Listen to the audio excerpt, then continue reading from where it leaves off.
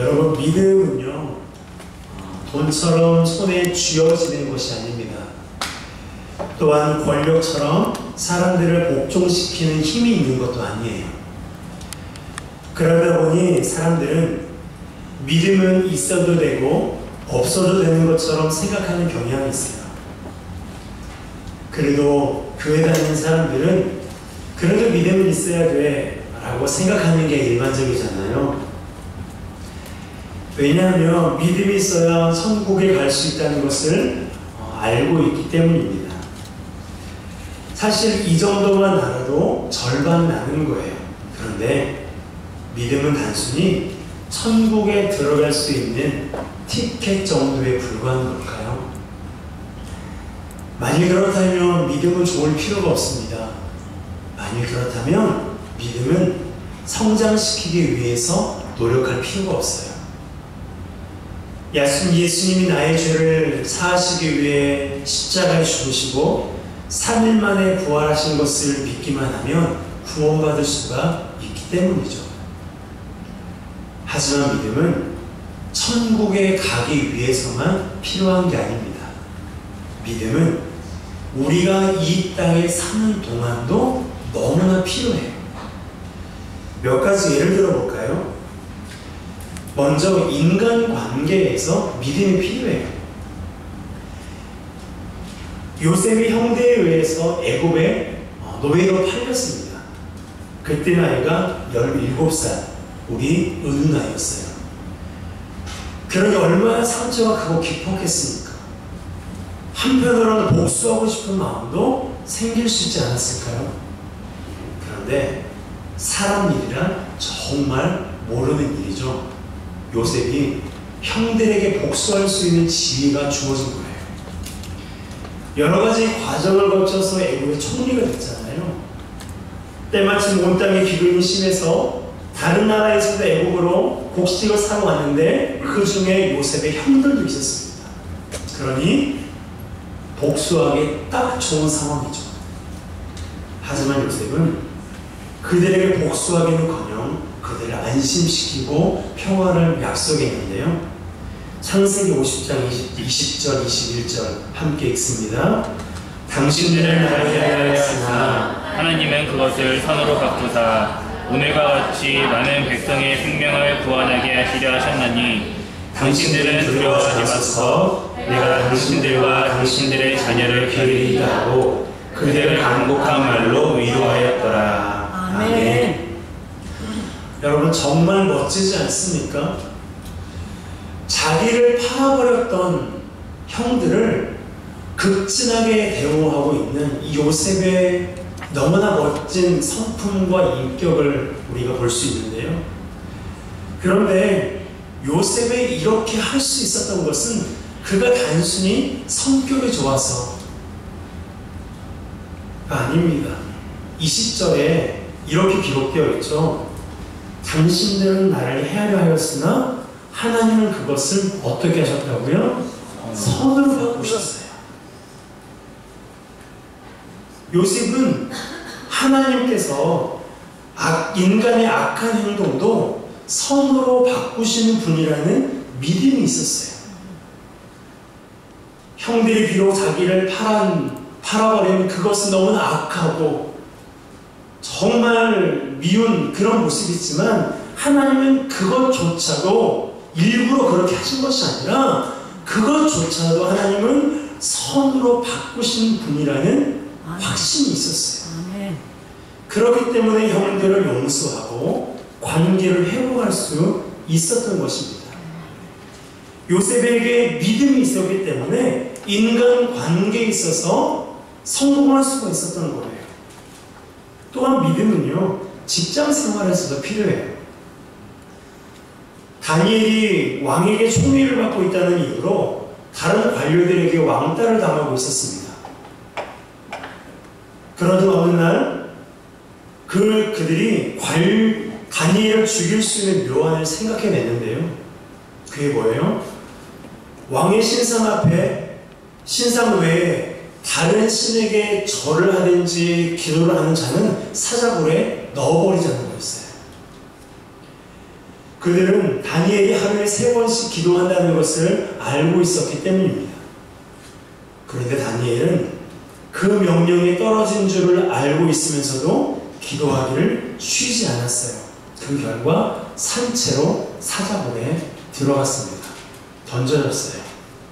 여기까지만 하면 관료들의 계획대로 된 것처럼 보입니다. 관료들이 쾌제를 불렀을 거예요. 하지만 그 다음날 다니엘은 사자굴에서 긁힌 흔적 하나 없이 걸어 나왔습니다. 이 일로 다니엘을 죽이려던 자들이 사자굴에 던져졌는데 성경에 보니까 그들이 땅에 닿기도 전에 사자들이 그들의 뼈를 꺾었다고 기록하고 있어요. 이 일을 가능하게 했던 것이 무엇일까요? 바로 믿음이에요. 다니엘 6장 23절 함께 읽습니다. 왕이 심히 기뻐서 명하여 다니엘을 불에서 올리라 하매 그들이 다니엘을 불에서 올리즉 그의 몸이 조금도 상하지 아니하였으니 이는 그가 자기의 하나님을 믿음이었더라. 아멘. 믿음을 지키다가 직장에서 찍힐 때가 있어요. 직장에서 왕따 당할 수가 있어요. 일 못해서가 아니라 믿음을 지키다가. 보통 예수 믿는 사람들이 일을 못해서, 관계를 잘하지 못해서 직장에서 왕따를 많이 당하거든요. 그런데 그런 거 말고 정말로 일도 잘하고 사람들과의 관계도 잘하고 다만 믿음을 지키다가 타협하지 않다가 직장에서 찍힐 때가 있는데, 그러더라도 자기 일에 최선을 다하고 믿음을 지키면 하나님께서 놀라운 은혜를 주신다는 것입니다. 믿음은요, 직장 생활에서도 유용한 거예요. 또한 믿음은요, 가정 생활에서도 필요한 겁니다. 한 사람의 인생에도 예기치 못했던 일들이 있는 것처럼 몇 사람이 함께 지내고 있는 가정에도 그러한 일들이 참 많습니다. 욥의 가정이 그랬죠. 그렇게 부유하고 화목하게 지냈던 가정이 한순간에 풍비박산 나버렸습니다. 재산은 불에 타기도 하고 뺏기기도 했고요. 10명의 자녀들은 집이 무너져 하루아침에 죽임을 당했어요. 건강하던 욥의 몸은 극심한 피부병으로 만신창이가 되었고, 보다 못한 아내는 하나님을 욕하고 죽으라는 말을 남기고 떠나버렸습니다. 욥에게 남은 건 아무것도 없었어요. 재기할 힘도 건강도 가족도 돈도 없었습니다. 하지만 욥의 가정이 그렇게 끝났을까요? 그렇지 않다고 성경이 기록하고 있잖아요. 하나님은 욥의 재산을 이전보다 2배로 채우셨고요. 욥의 자녀도 죽었던 자녀가 살아나는 건 아니지만 다시 10명의 자녀를 하나님이 주셨습니다. 이제 다 끝났다고 생각했던 가정이 그렇게 회복될 수 있었던 그 이유가 뭐였어요? 믿음이었어요. 욥기 1장 21절 22절입니다. 함께 읽습니다. 주신 이도 여호와시오 거두신 이도 여호와시오니 여호와의 이름이 찬송을 받으실지이다 하고 이 모든 일을 우리 범죄하지 아니하고 하나님을 향하여 원망하지 아니하니라. 아멘. 여러분, 가정이 아무리 절망적이어도요, 그 가정을 위해서 기도하는 사람 한 사람만 있으면, 하나님을 향하여서 흔들리지 않는 믿음의 사람 한 사람만 그 가정에 있으면 그 가정은요, 다시 일어나요. 그 가정은 절망적이지 않습니다. 진짜 절망은 뭔지 아세요? 절망적인 상황을 만났는데 기도하지 않는 거예요. 절망적인 상황을 만났는데 믿음을 버리는 거예요. 그것이 진짜 절망이에요. 그런데 그 가운데서도 기도하는 한 사람만 있으면, 믿음을 지키는 사람 한 사람만 있으면 그 가정은 어떻게 된다고요? 다시 일어나는 거예요. 아멘. 여러분, 그게 믿음이에요. 그게 믿음입니다. 믿음은 이처럼 천국에 가는 통로일 뿐만 아니라 이 땅에서 우리 삶 구석구석에 얼마나 필요한 건지 몰라요. 그러게 믿음은 우리는 믿음을 소유할 뿐만 아니라 믿음이 자라나야 됩니다. 그러기 위해서는 다양한 방법들이 있는데 그 중에서 가장 확실하고 건강하게 자라는 방법이 바로 오늘 본문에 기록된 말씀인데요. 따라할까요? 하나님을 경험하는 것입니다. 하나님을 경험하는 것입니다. 자, 13절 14절 함께 읽습니다. 이는 젖을 먹는 자마다 어린아이니 그의 말씀을 경험하지 못한 자요 단단한 음식은 장성한 자의 것이니 그들은 지각을 사용함으로 연단을 받아 선악을 분별하는 자들이니라. 아멘. 말씀을 경험하는 것에 대해서 말하기 전에 영적인 측면에서 어린아이와 장성한 자를 나누는 두 가지 기준에 대해서 먼저 살펴보겠습니다. 첫 번째 기준은요, 어떤 음식을 먹느냐예요. 어린아이는 젖을 먹고 장성한 자는 단단한 음식을 먹는다고 말씀하고 있습니다. 젖을 먹는다는 것은 자신이 놓인 상황에서 하나님의 상황 속에서 하나님의 말씀보다 자신의 감정과 생각대로 행동하는 것이고요. 단단한 음식을 먹는다는 것은 자신의 감정이나 생각에 앞서서 하나님의 뜻을 묻고 따른다는 거예요. 그러면 여러분 자신을 생각해 볼 수 있겠죠? 지금 내가 어떤 음식을 먹고 있는지 한번 생각해 보세요. 어린아이와 장성한 자를 나누는 두 번째 기준은 있어요. 그건 바로 말씀을 경험하는 여부입니다. 13절에 보면 어린아이는 어떤 사람이라고 말하고 있어요? 말씀을 경험하지 못한 사람이라고 말하고 있습니다. 그러니까 장성한 자는 말씀을 경험한 자라고 생각할 수 있어요. 그렇게 보아도 무방합니다. 그리고 말씀을 가리켜서 의의 말씀이라고 하는데요. 이것은 의로운 하나님의 말씀이라는 뜻이에요. 이에 대한 경험 여부가 어린아이와 장성한 자의 기준이라고 말하고 있는 것입니다.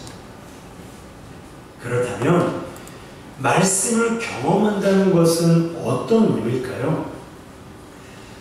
여러분, 말씀을 경험한다는 것은 하나님의 말씀인 성경을 문자로만 아는 것이 아니라 우리 삶 가운데 행하시는 능력의 말씀으로 경험하는 거예요.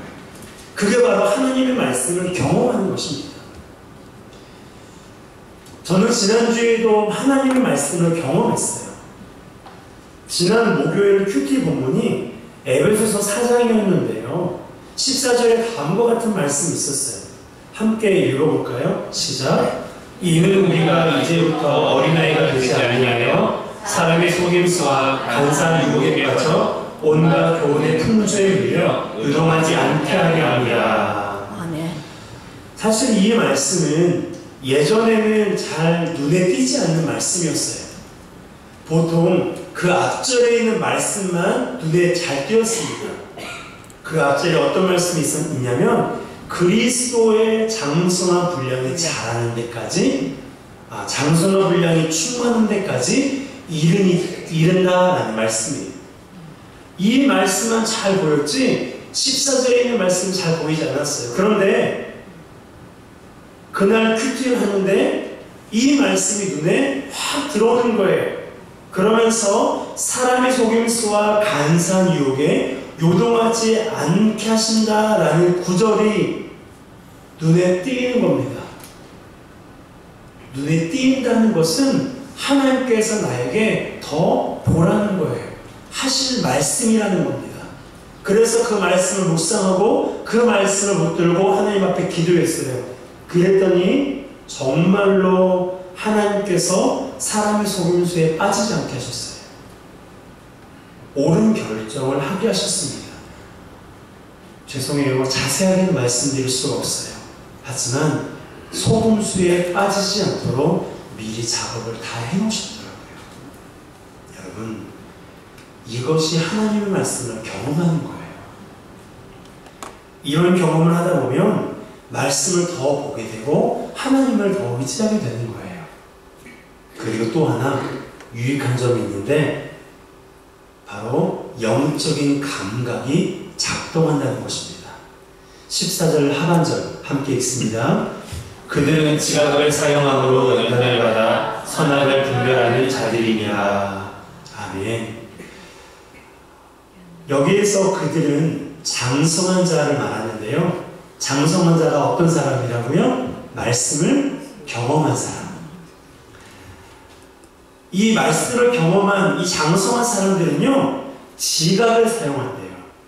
여기서 말하는 지각이 영적인 지각이에요. 영적인 감각을 말합니다.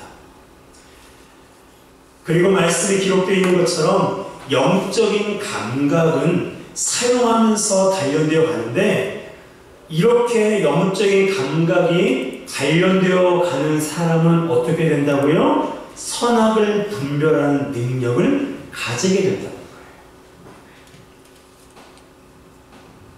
그러한 능력을 가지게 되면 무엇이 하나님을 기쁘시게 하는 건지, 무엇이 하나님이 싫어하시는 것인지 분별할 수 있다는 거예요.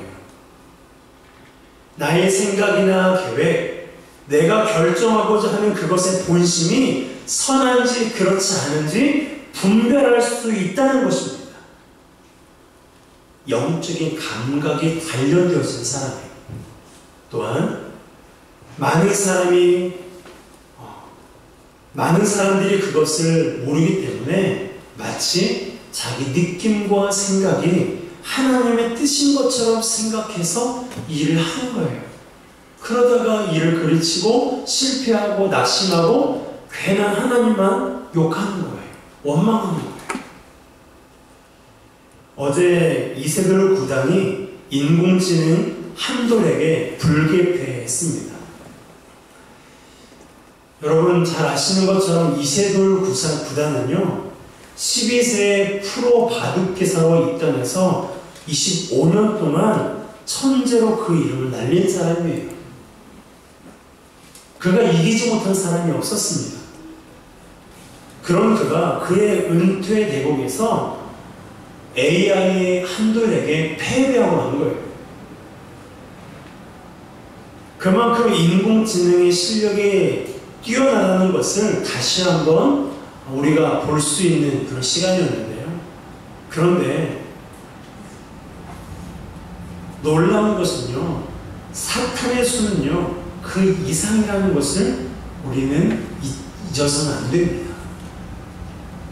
사탄은 어떻게 하면 우리를 무너뜨릴 수 있는지 너무나 잘 알고 있어요.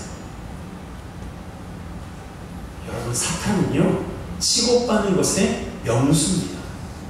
밀당도 잘하고요, 당근과 채찍도 적절하게 줄 줄도 알아요. 하나님이 하시는 척 하면서 슬그머니 다가오는 위장술도 굉장히 탁월합니다. 그러니 사람의 수로는 도저히 사탄의 수를 감당할 수가 없어요. 그것이 우리가 사는 세상이고 우리 삶 가운데 역사하는 사탄의 노림수입니다. 이렇게 선악을 분별하기 어려운 시대에 하나님 없이 살아간다고요? 여러분, 그것은요, 고속도로에서 눈을 감고 운전하는 것이랑 똑같은 거예요. 지금도 그렇게 운전하고 있는 사람들이, 그렇게 인생을 질주하는 사람들이 얼마나 많은지 모릅니다. 하지만 걱정할 필요 없어요. 사탄의 수가 제 아무리 뛰어난다 해도 하나님 앞에서는 도저히 힘을 쓸 수가 없거든요. 그렇기 때문에 우리에게 뭐가 필요해요? 따라합시다. 영적인 감각. 영적인 감각. 영적인 감각이 필요해요. 영적인 감각이 우리 가운데 필요한데, 영적인 감각을 사용하기 위해 지속적으로 말씀을 경험해야 하고, 지속적으로 말씀을 경험할 때 믿음이 자라는 거예요. 그리고 믿음이 자라야 일상에서 하나님이 기뻐하시는 성도적인 삶을 살 수 있는 거예요. 여러분, 믿음은 있어도 되고 없어도 되는 것입니까? 믿음은 천국 가는 데에만 필요한 것입니까? 아니잖아요. 여러분에게 믿음이 있으십니까? 그 믿음에 만족하지 마세요. 그 믿음에 안주하지 마세요. 저도 낙심할 뻔했어요. 저도 도망칠 뻔했어요. 저도 넘어질 뻔했어요. 모르겠어요. 언제 넘어질지. 하지만 그렇지 않기 위해서 저도 부단히 노력합니다. 영적인 감격을 잊어버리지 않기 위해서, 하나님의 말씀을 경험하기 위해서 새벽마다 하나님 앞에 기도하고 있고요. 수시로 하나님 앞에 기도하는 말씀입니다. 여러분, 천국 갈 수 있는 티켓을 취하셨습니까? 그 티켓을 장로 속에 넣지 마시고요, 다시 끄집어내서 내 가슴 속에 넣으세요. 그래서 그 믿음으로 천국만 가려고 따르는 것이 아니라 이 땅에서 나의 이 모든 일상에서 승리하기 위해서 그 믿음을 사용하시기 바랍니다. 사용할 만한 믿음이 되도록 믿음은 자라야 돼요. 믿음은 강해져야 돼요. 믿음은 성장해야 돼요. 여러분, 일상의 어떤 상황 속에서도 낙심하지 않기를 주님의 이름으로 축복합니다. 일상에서 실패하고 싶은 사람이 어디 있어요? 패배하고 싶은 사람이 어디 있어요?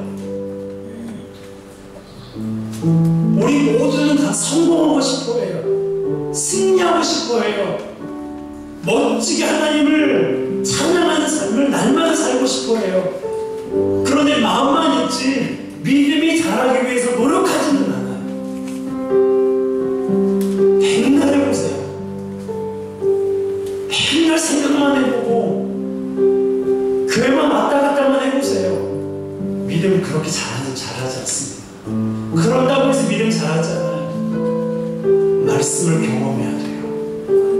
말씀을 경험하기 위해서 노력해야 되고, 기도해야 되고, 하나님과의 지속적인 만남이 있어야 돼요. 관계가 있어야 돼요. 그렇게 해야 믿음이 자라서 우리 일상에서 믿음의 덕을 볼 수 있는 거예요. 여러분, 아직도 젖을 먹고 있는 성도가 있습니까? 여러분, 동거리도 접근한 지 오래됐어요. 지금은 딱딱한 것도 잘 먹습니다. 4살짜리 동거리가 지금까지 엄마 젖을 먹고 있다면 그 이가 어떻게 되겠어요? 그 두뇌가 어떻게 되겠어요? 그 턱이 어떻게 되겠어요? 그 뼈가 어떻게 되겠어요? 하나님께서 어린아이로 하여금 다 적절하게 젖을 먹을 때가 있고 이웃을 먹을 때가 있고 단단한 음식을 먹을 그 시기를 두신 때가 있어요. 그 시기를 맞추지 않으면 건강하게 자라지 못해요. 그런데 지금 건강하게 자라고 있잖아요. 왜 그럴 줄 아세요? 젖을 끊고 그 때에 맞게 단단한 음식을 먹고 있기 때문에 그래요. 여러분, 더 이상 젖 먹지 마세요. 단단한 음식 먹기를 사모하시고, 단단한 음식 처음에는 먹기 힘들지만 먹다 보면 먹을만해요. 그러다 보면 자라고 성장해서 어떤 것도 여러분을 넘어뜨릴 수 없습니다. 어떤 것도 우리의 일상을 폐해로 몰아갈 수 없어요. 그걸 가능하게 하는 것이 바로 우리 안에 있는 믿음입니다. 이 믿음 더 더 이상 내버려 두지 마시고 자라나기 위하여서 하나님을 경험하기를 힘쓰는 저와 여러분 되시기를 주님의 이름으로 축복합니다. 아멘. 이 시간 우리가 함께 찬양하기로 합니다.